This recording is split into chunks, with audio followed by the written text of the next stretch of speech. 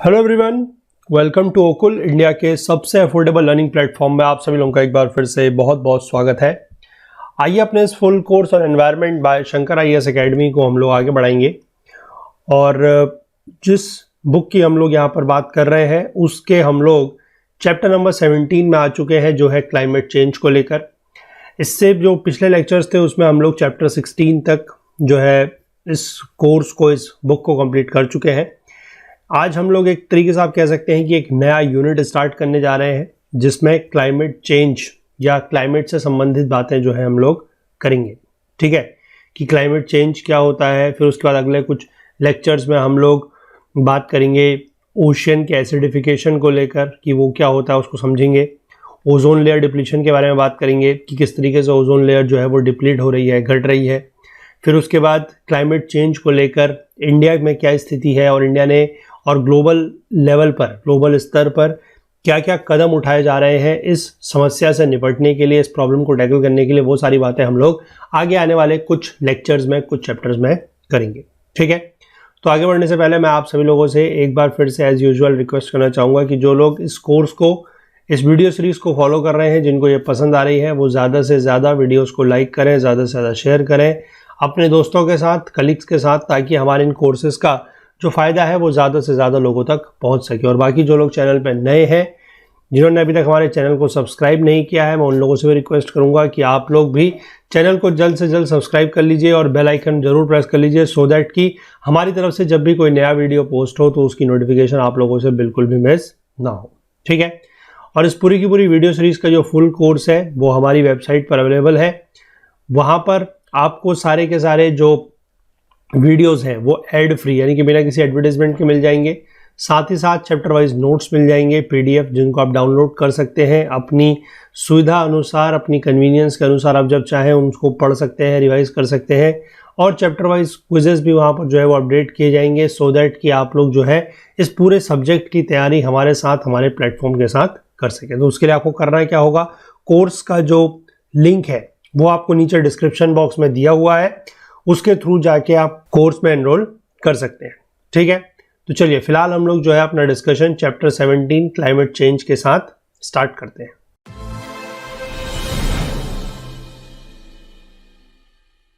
देखिए, सबसे पहले हमें यह समझना होगा कि क्लाइमेट क्या होता है। ठीक है, या फिर मैं कहूं कि हमें दो टर्म पता है, एक होता है क्लाइमेट और एक होता है वेदर। ठीक है, तो इन दोनों के बीच में अंतर क्या है ये हम समझेंगे।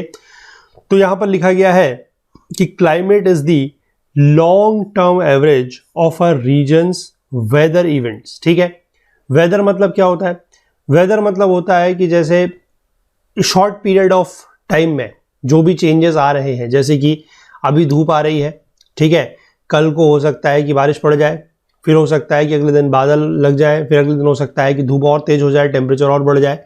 तो वो जो डेली का चेंज हो रहा है, या आप कह सकते हैं कि जो शॉर्ट ड्यूरेशन का जो चेंज है, ठीक है, या शॉर्ट ड्यूरेशन का जो फिनोमेना है उसको बोलते हैं हम वेदर।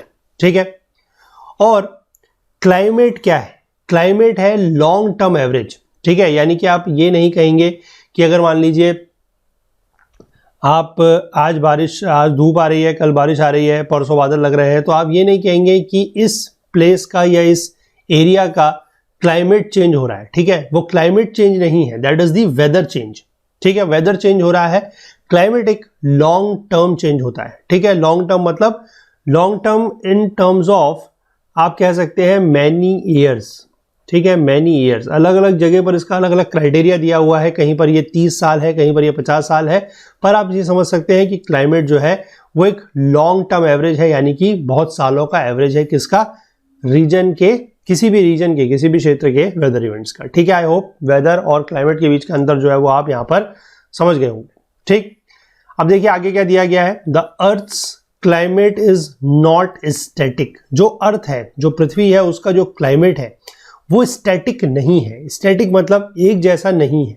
ठीक है, over the billions of years of earth existence it has changed many times in response to natural causes like sun spot, ice age, glaciations etcetera. ठीक है, यानी कि जैसा क्लाइमेट हमें अर्थ के सरफेस पर या अर्थ पर आज देखने को मिल रहा है वो हमेशा से ऐसा ही नहीं था। तो इसका मतलब क्या है कि वो स्टैटिक नहीं है, इट इज नॉट स्टैटिक, वो चेंज हो रहा है।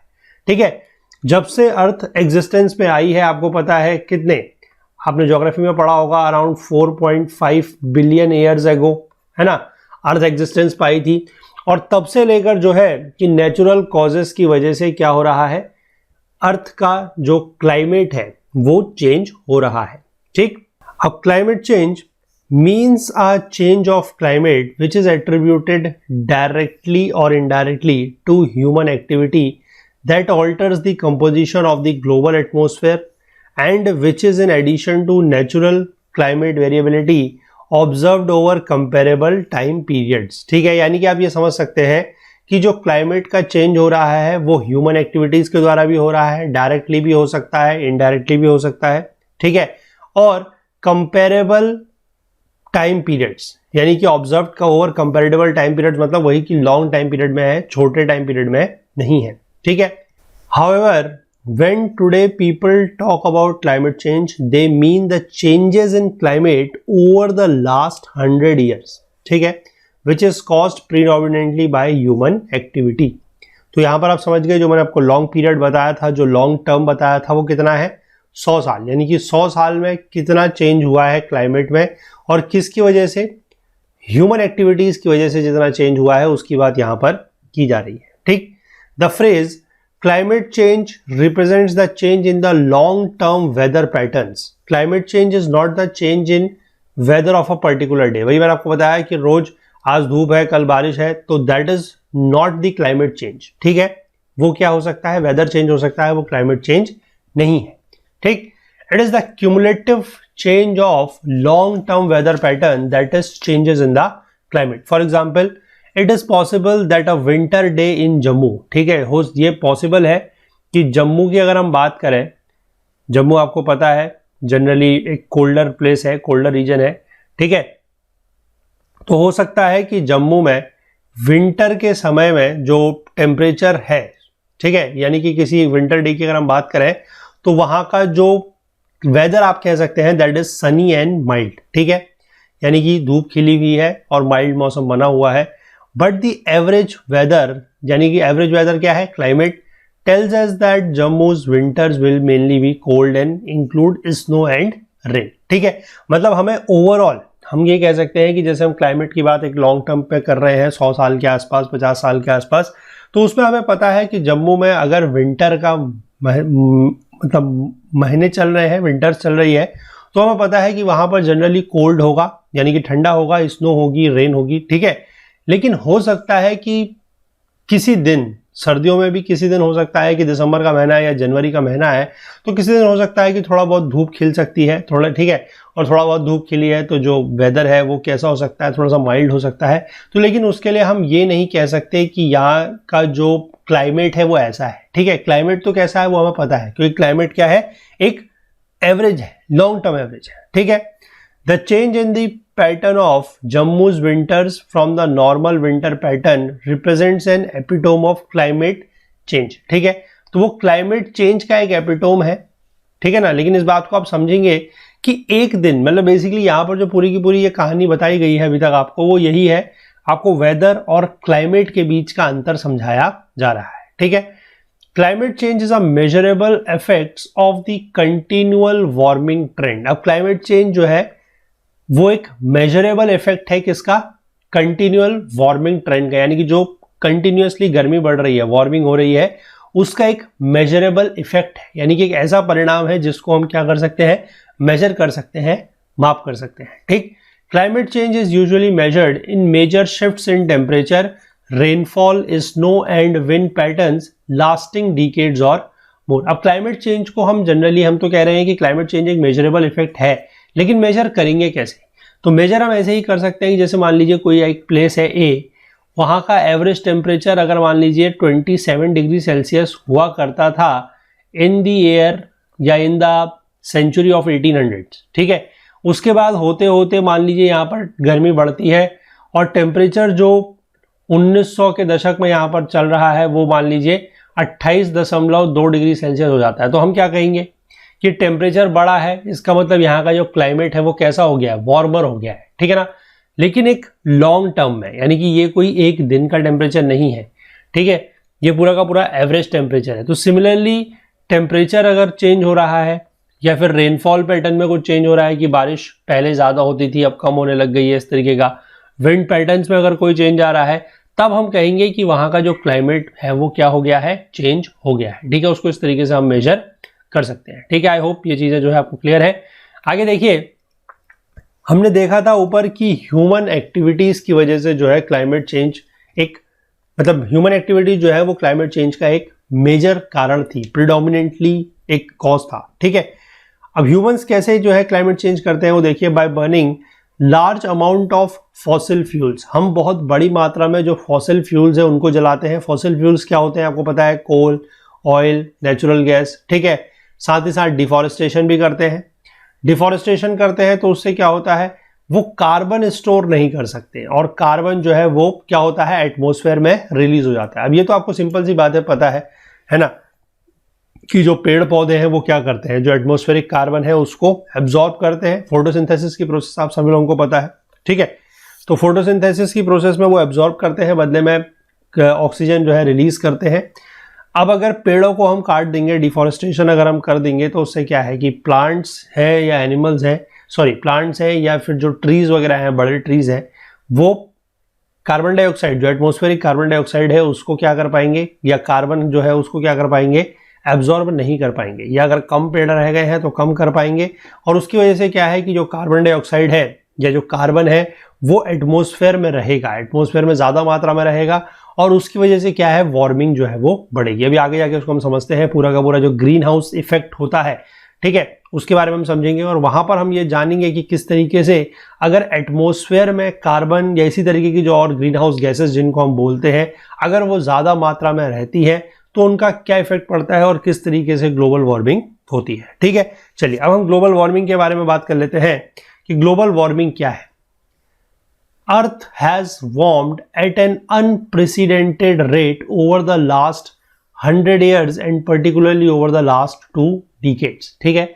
यानी कि अर्थ जो है एक अनप्रेसिडेंटेड रेट मतलब इतने रेट में या इतने स्तर पर जितना हमने कभी अनुमान नहीं लगाया था, सोचा नहीं था कि इतना ज्यादा इसका जो है गर्मी बढ़ जाएगी, लेकिन वो बढ़ी है, ठीक है।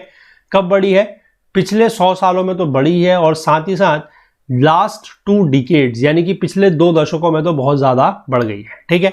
Since 1992 each year has been one of the warmest years on record, ठीक है। 1992 के बाद तो मतलब हर साल रिकॉर्ड टूट रहे हैं। जैसे जैसे हम सालों में आगे बढ़ते जा रहे हैं, हम ये देख रहे हैं कि जो साल आ रहा है वो पिछले सालों से क्या हो रहा है, गर्म ही हो रहा है, ठीक है। अभी तक की अगर हम बात करें तो 2016, ठीक है, यानी कि आज से लगभग 5 साल पहले 2016 वो जो है that was the hottest year on record world wide. ये अब ये hottest year on record world wide जो है, ये पूरा का पूरा ओवरऑल एवरेज टेम्परेचर लिया जाता है, उसके अकॉर्डिंग बताया जा रहा है कि 2016 जो था वो अब तक का सबसे गर्म साल था, ठीक है।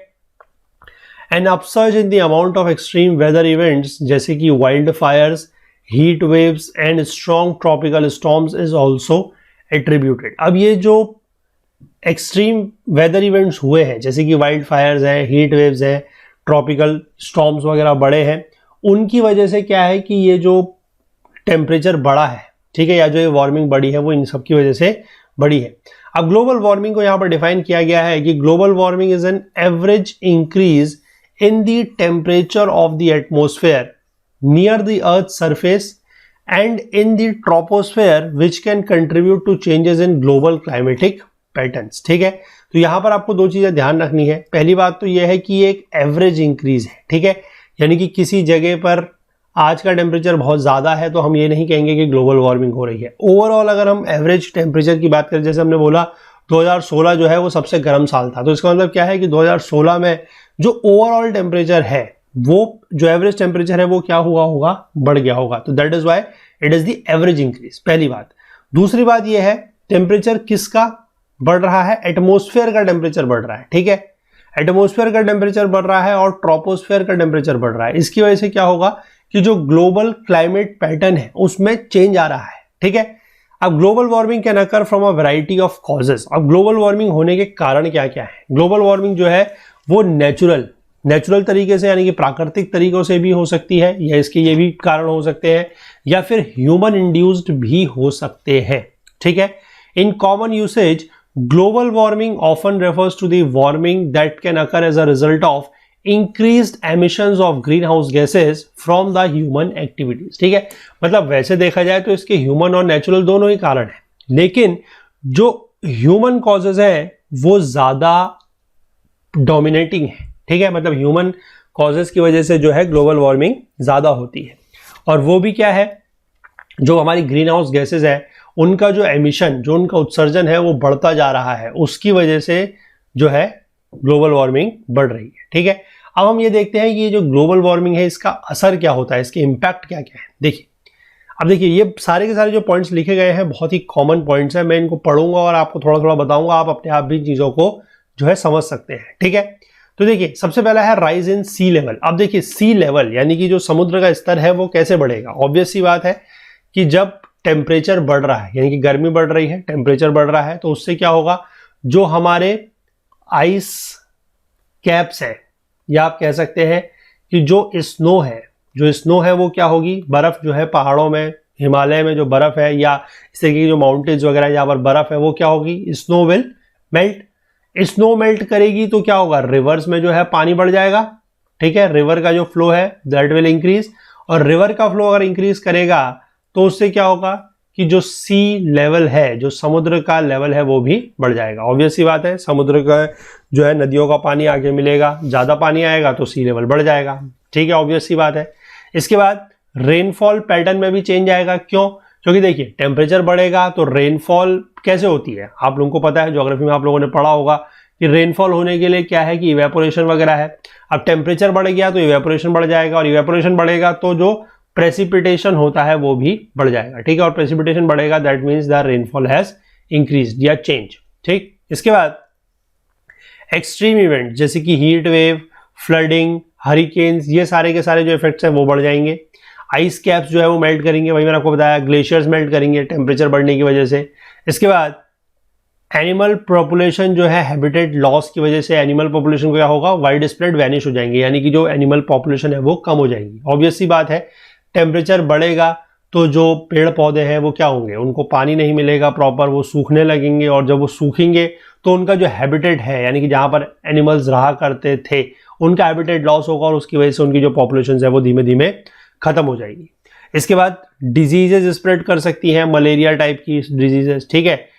कोरल रीफ की ब्लीचिंग हो सकती है। हम लोगों ने कोरल रीफ में पढ़ा है कि अगर टेम्परेचर बढ़ता है, ठीक है, टेम्परेचर अगर बढ़ता है पानी का तो भी क्या होगा, कोरल जो है उनकी ब्लीचिंग हो जाएगी। वो पूरी की पूरी जो बातें हैं हमने पहले करी हुई है, ठीक है। इसके बाद सीज की वार्मिंग होगी, क्योंकि देखिए पानी का टेम्परेचर बढ़ रहा है तो गर्म होगा पानी, सीज वगैरह जो है वो गर्म होंगे, और उसकी वजह से जो प्लैंकटन है, बी इट जू प्लैंकटन, बी इट फाइटोप्लैंकटन, वो अपने आप में क्या है, उनमें लॉस होता चला जाएगा, ठीक है। आई होप ये सारे के सारे जो इम्पैक्ट्स हैं बहुत ही कॉमन इम्पैक्ट्स हैं, आप अपनी डेली लाइफ में इनको जानते भी हैं, एज सच सारे के सारे आप लोगों ने पढ़े हुए हैं, कोई बहुत ज़्यादा आप लोगों को एज सच याद करने की या रट्टा मारने की ज़रूरत इसमें नहीं है, ठीक है ना। तो ये सारे के सारे इम्पैक्ट जो है आप ग्लोबल वार्मिंग के समझ सकते हैं। चलिए आगे बढ़ेंगे, ग्रीन हाउस इफेक्ट की हम लोग यहाँ पर थोड़ा सा बात करेंगे डिटेल में। ग्रीन हाउस इफेक्ट क्या है? The green house effect is a naturally occurring phenomena that blankets the earth lower atmosphere and warms it, maintaining the temperature suitable for living things to survive. अब देखिए green house effect क्या होता है। Green house effect basically एक ये phenomena है जिसमें जो अर्थ का लोअर एटमोस्फेयर है, ठीक है, उसको क्या किया जाएगा, उसके ऊपर एक ब्लैंकेट मतलब आप समझते हैं कंबल, ठीक है ना। जैसे कि आपको पता है कि आप सर्दियों में कंबल का यूज करते हैं, क्यों करते हैं, अपने आप को गर्म रखने के लिए, ताकि आपकी जो बॉडी की हीट है वो एस्केप ना हो पाए, है ना। गर्म कपड़े हम क्यों पहनते हैं? गर्म कपड़े पहनने का हमारा मकसद यही होता है कि हमारी जो बॉडी की हीट है वो लॉस ना हो जाए, वो खत्म ना हो जाए, मतलब वो कहीं बाहर रेडिएट ना हो जाए एटमॉस्फेयर में, वो हमारे शरीर के पास बनी रहे। That is why we use the warmer clothes and similarly the blankets. ठीक है, तो अर्थ के एटमॉस्फेयर के ऊपर, अर्थ का जो एटमॉस्फेयर है इन जनरल और अगर हम बात करें लोअर एटमॉस्फेयर इन पर्टिकुलर, तो उसके ऊपर एक ब्लैंकेट सा जो है वो बन जाता है, और उस ब्लैंकेट होने की वजह से क्या है, वो उसको वार्म करता है।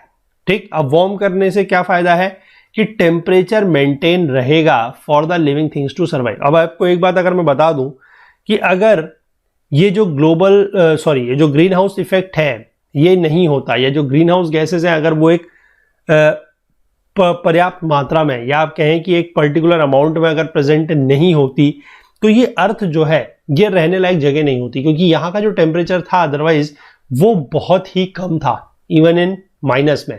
ठीक है, तो ग्रीन हाउस गैसेस का होना जो है वो जरूरी भी है सर्वाइवल के लिए, लेकिन उसमें जो चेंज आ रहा है और जो एक अपवर्ड ट्रेंड बना हुआ है कि वो बहुत ज्यादा बढ़ रही है, दैट इज नॉट गुड। ठीक, ये बात तो आप समझिए।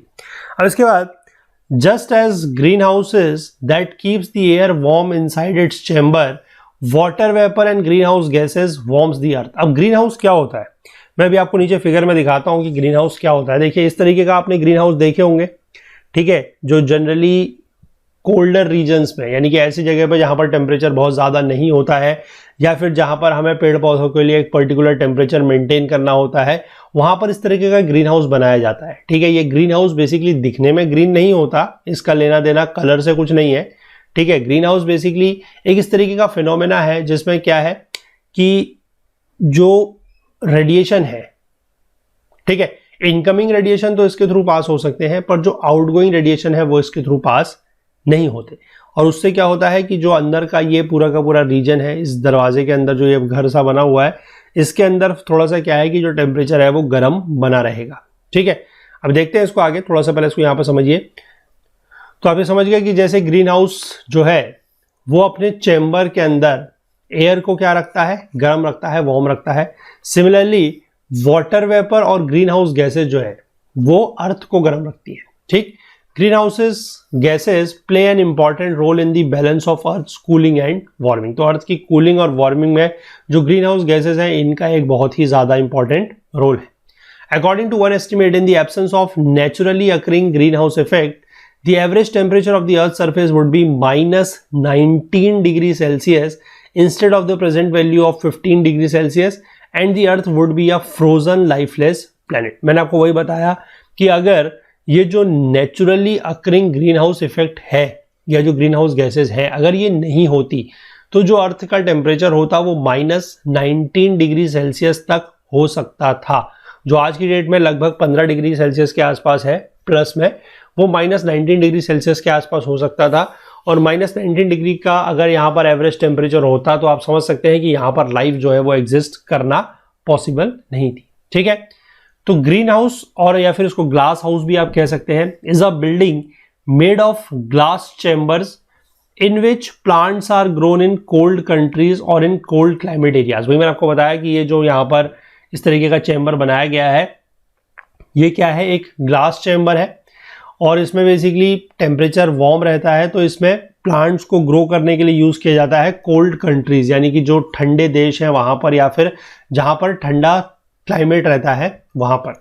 There is a continued increase in the temperature in green house even when the outside temperature remains low and it protects the plant from frost. ठीक है, अब इसके अंदर यही एक फायदा है, जो ग्रीन हाउस इफेक्ट है वो इसी तरीके का होता है कि हालांकि इसके बाहर का अगर टेम्परेचर बहुत ज्यादा नहीं भी है, या फिर इसके बाहर का टेम्परेचर जो है वो कम भी है, लेकिन फिर भी इसके अंदर क्या है, जो टेम्परेचर है वो बढ़ता ही चला जाता है, और टेम्परेचर बढ़ने की वजह से ऑब्वियस सी बात है कि प्लांट्स में जो फ्रॉस्ट वगैरह है वो प्लांट्स तक नहीं पहुंचती। ठीक, अब ये इस तरीके की बात आप समझ गए, मैंने आपको यहाँ पर ये दिखा भी दिया है, आप इससे रिलेट भी कर सकते हैं। अब यहाँ पर हम थोड़ा सा समझते हैं ये ग्रीन हाउस इफेक्ट होता क्या है असल में। ठीक है, अब देखिए, ग्रीन हाउस इफेक्ट के लिए सबसे जो मेजर सोर्स है, या फिर आप कह सकते हैं कि हमें तो पता ही है कि हमारा जो एक मेजर सोर्स ऑफ एनर्जी है अर्थ के लिए, वो क्या है, सन है। ठीक है, अब देखिए, सन से जो है सोलर रेडिएशन आएगी। ठीक, सन से सोलर रेडिएशन आएगी, उसमें से जो बीच में ये जैसे अर्थ का सरफेस आपको दिख रहा है, ठीक है, ये आपको इसके ऊपर एटमॉस्फेयर दिख रहा है। अब इसमें देखिए क्या होता है कि जो सोलर रेडिएशन यहां से आ रही है, ठीक है, ये सोलर रेडिएशन आप यहां से देख पा रहे हैं, ये सोलर रेडिएशन यहां से जो आ रही है, अब इसमें से कुछ सोलर रेडिएशन तो जो है वो एब्जॉर्ब हो जाएगी, ठीक है। यहां पे लिखा है देखिए, most radiation is absorbed by the earth surface and warms it. ये अर्थ की सरफेस में क्या करती है, एब्जॉर्ब हो जाती है और उसको गर्म करती है। कुछ तो ये हो गया। अब इसके बाद कुछ सोलर रेडिएशन ऐसी होती है which is reflected by the earth and the atmosphere, यानी कि ये आपको अर्थ दिख रहा है तो कुछ जो है वो अर्थ की एटमॉस्फेयर से रिफ्लेक्ट करेगी, कुछ जो है वो कुछ तो अर्थ की सरफेस से रिफ्लेक्ट करेगी और कुछ जो है वो एटमॉस्फेयर से रिफ्लेक्ट कर जाएगी, ठीक। अब देखिए, अब इसके बाद जो यहां से रिफ्लेक्ट कर रही है, जो एब्जॉर्ब कर गई वो तो ठीक है, जो रिफ्लेक्ट करेगी उस पे क्या होगा, some of the infrared radiation passes through the atmosphere, ठीक है। कुछ तो ऐसा होगा जो एटमॉस्फेयर से पास हो जाएगी, मतलब यहां से जो ये रिफ्लेक्ट है वो कुछ तो यहां से निकल जाएगी बाहर, ठीक है। और कुछ ऐसा है जो बाहर नहीं निकल पाएगी। Some is absorbed and re-emitted in all directions by the green house gas molecules. अब जैसे यहां से ये बाहर निकल रही है तो कुछ तो यहां से बाहर निकल जाएगी और कुछ ऐसा होगा जो ये देखिए इस तरफ को आ सकती है ऐसे, या फिर इस तरफ को आ सकती है, मतलब हर डायरेक्शन में जो है ये एमिट हो जाएगी, ठीक है। The effect of this is to warm the earth surface and the lower atmosphere. अब इससे क्या होगा कि जो यहां से निकलेगी वो, मतलब ऑब्वियस सी बात है, इसमें देखिए दो चीजें हैं। मैं इसको अगर आपको अलग अलग समझाऊं तो इसमें दो चीजें हैं।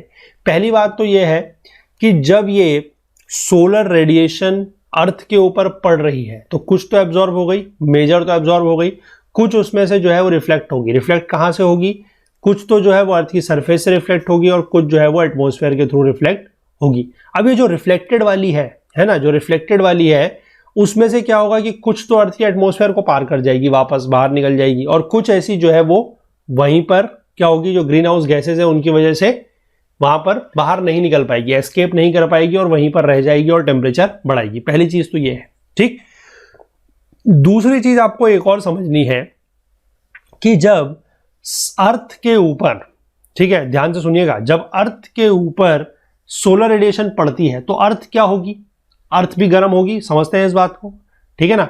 अर्थ भी वार्म हो जाएगी और जब अर्थ वार्म हो जाएगी तो earth in itself becomes a radiating body, ठीक है। अर्थ जो है खुद एक क्या बन जाएगी, रेडिएटिंग बॉडी बन जाएगी, ठीक। अब अर्थ अगर एक रेडिएटिंग बॉडी बनती है, ठीक है, अब देखिए इसके अलग अलग लॉज हैं। अब ये लॉज के ऊपर मैं नहीं जाऊंगा कि आपको ये चीज, मतलब अगर कोई साइंस के स्टूडेंट है तो उन लोगों ने ये चीज पढ़ी होगी कि हर एक बॉडी, ध्यान से सुनिएगा, हर एक बॉडी जो या फिर जिसका टेम्परेचर जो है एब्सोल्यूट जीरो इज -273 केल्विन जो होता है, ठीक है ना। एब्सोल्यूट जीरो से ऊपर अगर, या absolute zero is -273.15 degree Celsius minus में, या फिर 0 केल्विन जिसको हम बोलते हैं, ठीक है ना। एब्सोल्यूट जीरो से अगर किसी भी बॉडी का टेम्परेचर ज्यादा है, ठीक है, तो वो एक रेडिएटिंग बॉडी है, वो अपनी जो सरफेस है या जो अपनी बॉडी है उससे रेडिएशन करती है, ठीक है। ये लॉज है, ये साइंस के लॉज हैं, ये मेरे लॉज नहीं है, साइंटिफिक लॉज है, ठीक है, या आप कह सकते हैं फिजिक्स के लॉज है। तो उसमें क्या होता है, अब वो सारी चीज अलग है कि वो प्रोपोर्शनल टू T⁴, यानी कि जो उसका टेम्परेचर है उसकी पावर 4 होती है, उस पर आप ज्यादा नहीं जाइए अगर किसी को नहीं पता है तो, अदरवाइज आप परेशान हो सकते हैं। समझने की बात यह है कि अर्थ के ऊपर जब सूरज की रोशनी पड़ती है, सोलर रेडिएशन पड़ती है, तो वो गर्म होती है, और गर्म होने की वजह से क्या है, वो खुद ब खुद एक रेडिएटिंग बॉडी बन जाएगी, ठीक। अब वो रेडिएटिंग बॉडी बनेगी तो वो क्या करेगी, फिर रेडिएशन एमिट करेगी, और रेडिएशन जब वो एमिट करती है, इस बात को समझना है, जब वो रेडिएशन को एमिट करती है तो फिर जो वो रेडिएशन एमिट करेगी उसमें से भी जनरली ऐसा होता है कि मोस्ट ऑफ द रेडिएशन जो है वो एटमॉस्फेयर को क्रॉस नहीं कर पाते और वो वापस से जो है अर्थ के एटमॉस्फेयर में ही रह जाते हैं, ठीक है। किसकी वजह से है, ये जो ग्रीन हाउस गैसेस वगैरह हैं इनकी वजह से, ठीक।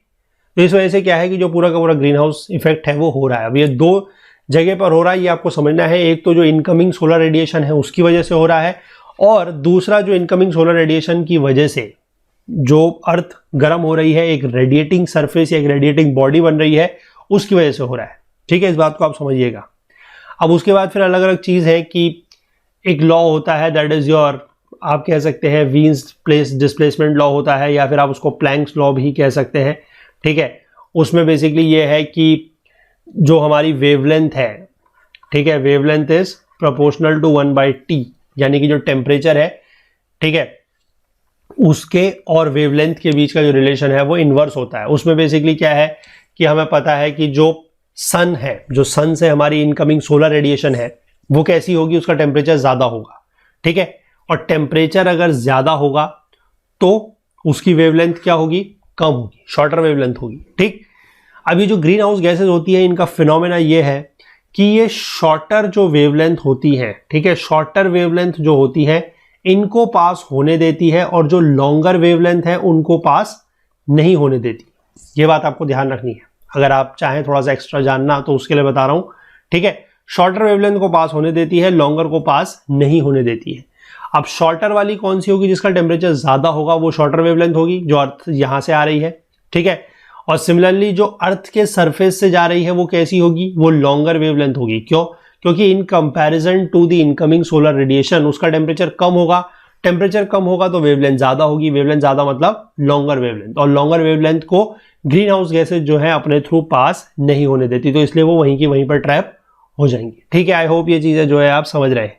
मतलब ये तो एक नेचुरल फिनोमेना है जो ग्रीन हाउस का होता ही होता है। ठीक है, और ये मैंने आपको बताया कि होना जरूरी भी है, अगर ये नहीं होता तो अर्थ का जो एवरेज टेम्परेचर था वो -19 डिग्री सेल्सियस तक हो सकता था। ठीक है, लेकिन वो नहीं है। क्यों, क्योंकि हमारे वहां या हमारी अर्थ पर जो है इस तरीके का ग्रीन हाउस गैसेस या जो ग्रीन हाउस इफेक्ट है वो नेचुरली हो रहा है। ठीक है, अब ये चीज यहां पर लिखी गई है, देखिए, the green house effect is a process similar to the green house caused by the green house gases which occur naturally in the atmosphere. This process plays a crucial role in warming the earth's surface, making it habitable, यानी कि वहां पर रहने लायक जगह जो है वो बनी हुई है। ठीक, however human generated greenhouse gas emissions upset the natural balance and lead to increased warmth. अब देखिए, ये तो जो मैंने आपको बताया ये नेचुरल है। ठीक है, नेचुरल है कि सन से आ रही है फिर रिफ्लेक्ट हो रही है, तो नेचुरल है। अब अगर हम ह्यूमन इंड्यूस्ड या human enhanced global warming, green house effect की या ग्लोबल वार्मिंग की बात करें तो इसमें क्या है कि हमें पता है कि हम लोग जो फॉसिल फ्यूल्स वगैरह जला रहे हैं, जो एमिशंस वगैरह कर रहे हैं, उसकी वजह से ग्रीन हाउस गैसेस बढ़ रही हैं। और ग्रीन हाउस गैसेस बढ़ने की वजह से सिर्फ और सिर्फ एक चीज हो रही है, वो ये है कि जो यहां पर लिखा है, देखिए, less heat escapes into the space, यानी कि सन से रेडिएशन आ रही है। ठीक है, अब उसमें से जितनी यहां से पास हो जानी चाहिए थी एटमॉस्फेयर से वापस, वो कम हो रही है। और अगर वो कम हो रही है तो यहां पर, यानी कि जो ये एटमॉस्फेयर के अंदर का रीजन है, वहां पर ज्यादा ग्रीन हाउस गैस क्या रह जा रही है, इकट्ठा रह जा रही है। और ज्यादा अगर इकट्ठा वहां पर रह रही है तो इससे ऑब्वियस सी बात है कि क्या हो रहा है, सिंपल सी बात है, टेम्परेचर बढ़ रहा है। ठीक है, that is as simple as anything. समझ गए आप कि क्या हो रहा है। ठीक है ना, कि नेचुरल तो ये चीज होती है, वो सही बात है, पर जो एमिशंस बढ़ रहे हैं, जो ग्रीन हाउस गैसेस के एमिशंस बढ़ रहे हैं, जैसे कि यहां पर दिखाया भी गया है, देखिए, CO2 है यानी कि कार्बन डाइऑक्साइड है, CH4 मीथेन है, N2O है दैट इज नाइट्रस ऑक्साइड है। तो इन सब की वजह से क्या हो रहा है कि जो ग्रीन हाउस गैसेस बढ़ रही हैं तो वो बाहर ज्यादा नहीं निकल पा रही है और अंदर वहां पर जो हीट है वो ट्रैप हो जा रही है। ठीक, अब इसके ही कुछ पार्ट्स हैं, जैसे कि मैंने आपको सोलर रेडिएशन वगैरह के बारे में बताया, उसके कुछ पार्ट्स हैं, वो थोड़ा सा देख लेते हैं। सिंपल है, इनकमिंग एनर्जी। इनकमिंग एनर्जी मतलब जो सन से एनर्जी आ रही है, दैट इज इनकमिंग एनर्जी। ठीक है, the sun emits energy that is transmitted to the earth because the sun is very hot, the energy is emitted in high energy short wavelength. मैंने आपको बताया, देखिए क्या है, शॉर्ट वेवलेंथ होती है। शॉर्ट वेवलेंथ मैंने आपको बताया ना, टेम्परेचर ज्यादा है तो शॉर्ट वेवलेंथ होगी।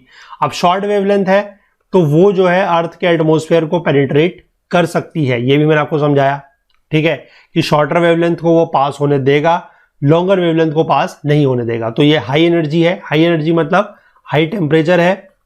ठीक है, हाई टेम्परेचर है, उसकी वजह से जो वेवलेंथ है वो कैसी है, शॉर्टर वेवलेंथ है, और उसकी वजह से वो अर्थ के एटमॉस्फेयर को पेनिट्रेट कर सकती है।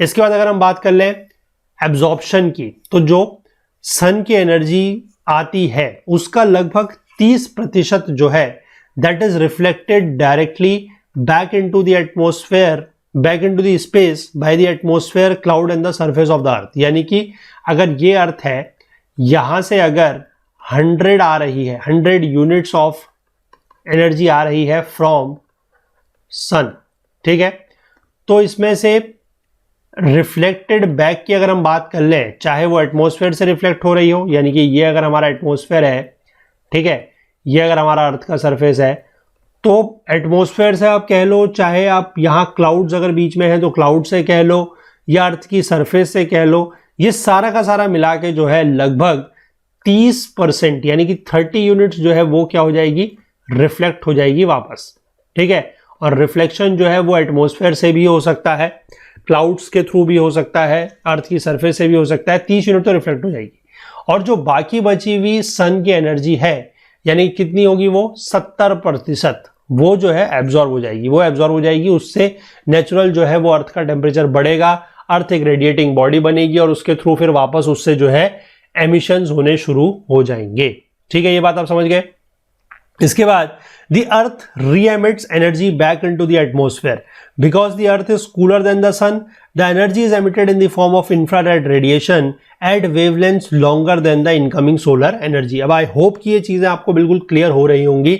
अगर आप अदरवाइज इस बुक को खुद पढ़ते तो ये जो चीजें हैं वो समझना थोड़ा सा मुश्किल हो सकता था, अगर आपको वो जो फिजिक्स के लॉज हैं या उनके बारे में अगर जानकारी नहीं है तो, ठीक है, कि ये वेवलेंथ लॉन्गर शॉर्टर वेवलेंथ क्या है ये, ठीक है। लेकिन अब जिस तरीके से मैंने आपको समझाया है वो आई होप कि आप बिल्कुल अच्छे से समझ गए होंगे। और ये अगर आप फॉर्मूला याद रख सकते हैं, ठीक है, डायरेक्टली प्रोपोर्शनल है, मतलब प्रोपोर्शनल टू 1/t, अगर आप ये फॉर्मूला याद रख सकते हैं तो आपको फिर और कोई भी चीज समझने में तकलीफ नहीं होगी और भी कोई भी चीज जो है वो रटनी नहीं पड़ेगी, क्योंकि ऑब्वियस सी बात है, this is T is temperature. अब आपको पता है कि सन से जो इनकमिंग सोलर एनर्जी आ रही है उसका टेम्परेचर क्या होगा, ज्यादा होगा, तो वेवलेंथ छोटी होगी, यानी कि शॉर्टर वेवलेंथ होगी। अर्थ से जो एमिशन हो रहा है उसका टेम्परेचर क्या होगा, एज कंपेयर टू सन कम होगा, तो वेवलेंथ ज्यादा होगी, ठीक। दूसरी चीज आपको ये याद रखनी है कि एटमॉस्फेयर के थ्रू जो शॉर्टर वेवलेंथ है उसको पास होने दिया जाता है, जो लॉन्गर वेवलेंथ है उसको पास नहीं होने दिया जाता, ठीक है। अब ये मैं क्या बना रहा हूं ये आपको पता होना चाहिए, this is known as lambda, ठीक है, ये ग्रीक सिंबल होता है, that is known as lambda, ठीक, जो कि वेवलेंथ जिसके थ्रू हम डिनोट करते हैं, ठीक है ना, अल्फा बीटा जो होते हैं उसी तरीके से ग्रीक लेटर होता है लैम्डा, जिससे हम लोग वेवलेंथ को डिनोट करते हैं, ठीक है। वेवलेंथ वगैरह क्या होती है ये तो आप लोगों ने पढ़ा होगा, ठीक है, इतना ज्यादा डिटेल में अगर हम यहाँ पर जाएंगे तो फिर हम इसी चीज में उलझ के रह जाएंगे, ठीक है। लेकिन ये चीजें जो है आपको समझ में आई होप की आ रही है, तो इस बात को आप समझ सकते हैं, पूरा का पूरा डिटेल में मैंने आपको यहां पर बता दिया। अब देखिए, इसके बाद हम बात करते हैं ग्रीन हाउस गैसेस के रोल को लेकर। Green house gases in the atmosphere absorb much of the long wave energy emitted from the earth surface, preventing it from escaping from the earth system. तो यही चीज हो रही है। ग्रीन हाउस गैसेस का रोल क्या है कि ग्रीन हाउस गैसेस जो अर्थ के थ्रू जो लॉन्गर वेवलेंथ है, जो लॉन्गर वेवलेंथ एमिट हो रही है अर्थ के सरफेस से, उनको ये कैप्चर करता है या फिर आप कह सकते हैं कि एब्जॉर्ब कर लेता है, उनको ये वापस स्पेस में जाने से रोकता है। ये एक ब्लैंकेट की तरह काम कर रहा है। तो the green house gases then re-emit this energy in all directions, warming the earth surface and the lower atmosphere. अब उसने उसको एक बार एब्जॉर्ब करा, फिर उसको वो बाकी हर जगह पर क्या करेगा, एमिट करेगा, और उस एमिशन होने की वजह से क्या है कि जो अर्थ के सरफेस का टेम्परेचर है वो भी बढ़ेगा और जो लोअर एटमॉस्फेयर है वो भी गर्म होगा, ठीक है। आई होप ये समझ गए आप। इसके बाद अगर हम ह्यूमन रोल की बात कर लें कि ह्यूमन रोल इसमें क्या है, ह्यूमन रोल मैंने आपको बताया, मतलब हालांकि मैं आपको बता चुका हूं कि एमिशन बढ़ रहा है तो ग्रीन हाउस गैसेस बढ़ रही हैं। देखते हैं यहां पर क्या लिखा है, the atmospheric concentration of green house gases has increased significantly over the past 2 centuries। पिछले 2 दशकों में जो ग्रीन हाउस गैसेस का कंसंट्रेशन है वो बढ़ रहा है, ठीक है। और किसकी वजह से बढ़ रहा है, largely due to the human generated carbon dioxide emissions from burning fossil fuels और डिफॉरेस्टेशन। मैं आपको बताया कि फॉसिल फ्यूल्स हम लोग जला रहे हैं, ऑयल, कोल, नेचुरल गैस, इसको हम जला रहे हैं, इससे हमारा जो है वो कार्बन का एमिशन बढ़ रहा है। साथ ही साथ डिफॉरेस्टेशन अगर हम कर रहे हैं तो जो एटमॉस्फेरिक कार्बन है उसको हम लोग इकट्ठा नहीं कर पा रहे हैं, उसको एब्जॉर्ब नहीं कर पा रहे हैं। इस वजह से भी जो है वो ग्रीन हाउस गैसेज जो है वो बढ़ रही है, ठीक है, या फिर आप कह सकते हैं जो कार्बन एमिशन है वो बढ़ रहा है। This increase has amplified the natural green house effect bye trapping more of the energy emitted by the earth. मैंने आपको ऊपर बताई है ये चीज कि ग्रीन हाउस गैसेज ज्यादा होंगी तो जो अर्थ से जो एमिशन हो रहा था उसको ये ज्यादा क्या करेंगे, अब ट्रैप करेंगे, ठीक है, ये उसको पार नहीं होने देंगे, और पार नहीं होने देंगे, एस्केप नहीं होने देंगे तो टेम्परेचर बढ़ेगा, ठीक है, और इसकी वजह से क्या है कि अर्थ के सरफेस का जो टेम्परेचर है वो बढ़ेगा। ठीक, आई होप यहां तक जो चीजें हैं वो आप बिल्कुल अच्छे से और बिल्कुल मतलब तरीके से, मैं ये कहूंगा कि कोई फर्जीवाड़ा नहीं है, ठीक है, कोई चीज आपको ऐसा मैं रटने के लिए नहीं बोल रहा हूं। ग्रीन हाउस गैस क्या होती है, ग्रीन हाउस का इफेक्ट क्या होता है, किस तरीके से सन से जो एनर्जी आ रही है वो कैसे कैसे जाती है, कहां पर एब्जॉर्ब हो रही है, कहां रिफ्लेक्ट हो रही है, अर्थ से री एमिशन कैसे हो रहा है, ग्रीन हाउस गैसेस का रोल क्या है, जो human induced green house effect है या जो हमारा ह्यूमन इंड्यूस एक्टिविटीज की वजह से जो कार्बन एमिशन बढ़ रहा है उसकी वजह से ग्रीन हाउस पर इफेक्ट पर क्या असर पड़ता है, ये सारी की सारी बातें आपको बिल्कुल समझ में आ रही होंगी, ठीक है ना। रटने की जरूरत ऐसा नहीं है, ये जो कुछ कुछ टॉपिक्स ऐसे हैं जो काफी ज्यादा समझने वाले हैं, ठीक है, अगर आप इसको समझेंगे तो ज्यादा आप लोगों के लिए बेहतर रहेगा, क्योंकि आपको पता है कि पूरे के पूरे सिलेबस में रटने के लिए तो वैसे भी काफी सारी चीजें हैं, इसलिए कोशिश कीजिए कि जितनी ज्यादा चीजें आप समझ सकें वो ज्यादा आप समझें, ताकि आपको रटने के लिए कम से कम जरूरत पड़े। और ये चीज आपको पता भी है, आप जानते हैं कि रटे वाली जो चीज है वो आप हो सकता है कि एक बार को अगर आप बहुत ज्यादा फ्रीक्वेंटली रिवाइज ना करें तो भूल जाएं, लेकिन समझी हुई चीज जो है उसको अगर आप एक दो रिवीजन भी करेंगे तो वो आपके मेमोरी में जो है लॉन्ग टर्म तक रहेगा, ठीक है। तो इसको हम इस तरीके से जो है चीजों को समझेंगे। अब इसका जो आज का लेक्चर है इसको इतना ही रखते हैं, जो अगला लेक्चर रहेगा उसमें हम लोग जो है about the green house gases, अलग अलग प्रकार की ग्रीन हाउस गैसेस होती हैं उसके बारे में हम लोग आगे आने वाले अगले लेक्चर में बात करेंगे, ठीक है। चलिए, तो कंटेंट रिलेटेड अगर आपको कोई भी डाउट होता है तो आप हमारा टेलीग्राम का जो ग्रुप है that is Okul GS UPSC discussion forum, इसको ज्वाइन कर सकते हैं। इसका लिंक आपको नीचे डिस्क्रिप्शन बॉक्स में मिल जाएगा, या फिर आप इसको टेलीग्राम में सर्च करके भी ज्वाइन कर सकते हैं, या फिर आप चाहें तो वीडियो के नीचे जो कमेंट सेक्शन होते हैं वहां पर भी अपने डाउट्स, अपने क्वेरीज हमसे पूछ सकते हैं। और हाँ, अपना फीडबैक देना जो है हमारी वीडियोस के बारे में बिल्कुल भी ना भूलें, सो दैट कि अगर कोई इंप्रूवमेंट की जरूरत हो तो वो हम जरूर से कर सकें।